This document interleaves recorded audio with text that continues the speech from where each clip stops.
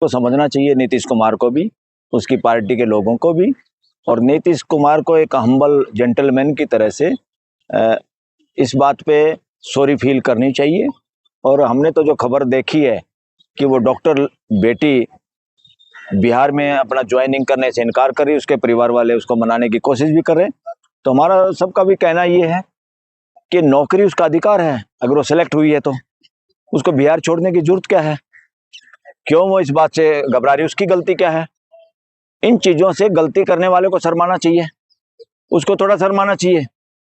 उसके साथ तो जो बदतमीजी हुई है, उस बदतमीजी में पूरा देश उसके साथ है, इसलिए पूरे देश की मानते हुए और मेरा पर्सनल भी और हजारों हजारों वकीलों के तरफ से भी ये आह्वान है, ये गुजारिश है उस बेटी से कि वो डंके की चोट में बिहार में अपनी नौकरी ज्वाइन करे, और उसको शर्मिंदा होने की कोई जरूरत नहीं। शर्मिंदा जो गलत काम करते हैं उनको शर्मिंदा होने की जरूरत है, और मुझे लगता है नीतीश कुमार को भी अकल आएगी और वो जरूर इस टॉपिक पे सॉरी फील करेगा, और उसको करनी चाहिए। क्या लग रहा है, नीतीश कुमार ने बिना परमिशन का किसी का हिजाब छुए हैं, कानूनी तौर से क्या उनको सजा मिल सकती है, क्या जेल जा सकते हैं वो? नहीं, कानूनी तौर पर तो मॉडेस्टी पे हमला है, महिला की मान सम्मान और उसकी इज्जत और डिग्निटी पे हमला है, उसमें तो कानूनी पक्ष भी बनता है, मुकदमा दर्ज हो सकता है, कोई चाहे तो एफआईआर कराना। क्या नीतीश कुमार जी जेल जा सकते हैं इस मुकदमे में? देखो, जेल में जाने का मामला दूसरा, इन्वेस्टिगेशन पे अगर दोनों पार्टियां कहां तक उसमें सहमत होती है, अगर वो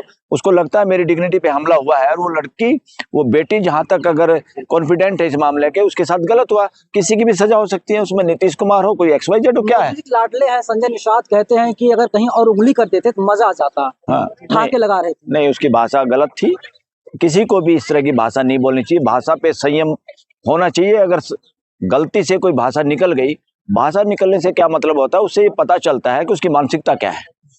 तो इस तरह की मानसिकता के लोग तो बहुत हैं, जो सफेद कुर्ता पजामा पहनते नेता बनते, पार्लियामेंट में बहुत सारे लोग ऐसे मिल जाएंगे आपको, विधानसभाओं में मिल जाएंगे, इधर उधर घूमते हुए मिल जाएंगे, जो सारा दिन सफेद पोशाक पहन के नेता बनते हुए दिखाई देते हैं आप लोगों को। ये भाषा निषाद की बिल्कुल गैर जिम्मेदाराना और गलत थी, ये उनके चरित्र को भी प्रदर्शित करता है। भाषा हमारी वो प्रदर्शित करती है कि अंदर क्या चल रहा है, हमारे अंदर हम किस मानसिकता के लोग हैं। जी, वो तो कह रहे हैं केवल हिजाब ही तो छुए हैं, कुछ और छू सकते नहीं हैं? नहीं नहीं नहीं, बात हिजाब की छूने की नहीं है, बात किसी का, अगर नीतीश कुमार का जो जैकेट पहनता है, उस जैकेट को कोई उतार दे पकड़ के, और कोई कहे हमने तो इसलिए उतारी थी कि इनके पसीना आया हुआ था, हमने सोचा इनको गर्मी लग रही इसलिए उतार दे, कर सकता है कोई सीएम के साथ ऐसे, पीएम के साथ कर सकता है कोई ऐसे, किसी और के साथ कर सकता है। इस देश का मजबूरी में पड़ा हुआ सड़क किनारे भी अगर कोई आदमी है, इवन चाहे भिखारी भी कोई है, लाचार है, मजबूर है, उसके साथ भी बिना उसकी इजाजत के उसके शरीर को हम टच नहीं कर सकते, जब तक हम उसमें गुड फेथ ना हो कि हमने इसलिए छुआ, हम इसकी मदद कर रहे थे, कुछ और कर रहे थे। हिजाब को नीचे करने का कोई तुक नहीं था, अरे करने का तुक भी था तो वो रिक्वेस्ट करते या कहते, या अपने कर्मचारियों को बोलते हैं भाई ऐसे कोई भी हिजाब वाला बच्चा ऊपर नहीं आएगा, पहले उनको जांच करो, परख करो।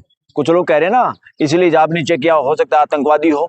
अरे भाई, इस तरह के कन्वोकेशन के प्रोग्राम में जब लोग जाते हैं, पहले सारे कर्मचारी उनको चेक करते हैं, उनके सर्टिफिकेट, आई कार्ड, तभी उनको ऐसे फंक्शन में बैठने दिया जाता है, तभी उनका नाम बुलाया जाता है, उनकी हाजिरी लगती है कन्वोकेशन में। या किसी की नौकरी लगी है, उसको सर्टिफिकेट अगर देना है, अपॉइंटमेंट लेटर देना है, ये सब कुछ होता है। ये सब बहानेबाजी है, वो गलत काम हुआ, मानसिक रोगी है। पर यहाँ मानसिक रोगी की एक बात मैं कहूंगा, वो बार बार महिलाओं पे कटाक्ष क्यों करता है। उसने विधानसभा में भी बेहूदी बात की थी, कौन? नीतीश कुमार ने, और यहाँ भी एक लड़की का हिजाब नीचे करता है। उसने प्राइम मिनिस्टर का तो हाथ देखा खाली पकड़ के, प्राइम मिनिस्टर का चश्मा नहीं उतारा, या प्राइम मिनिस्टर की दाढ़ी को हाथ लगा के नहीं देखा उसने।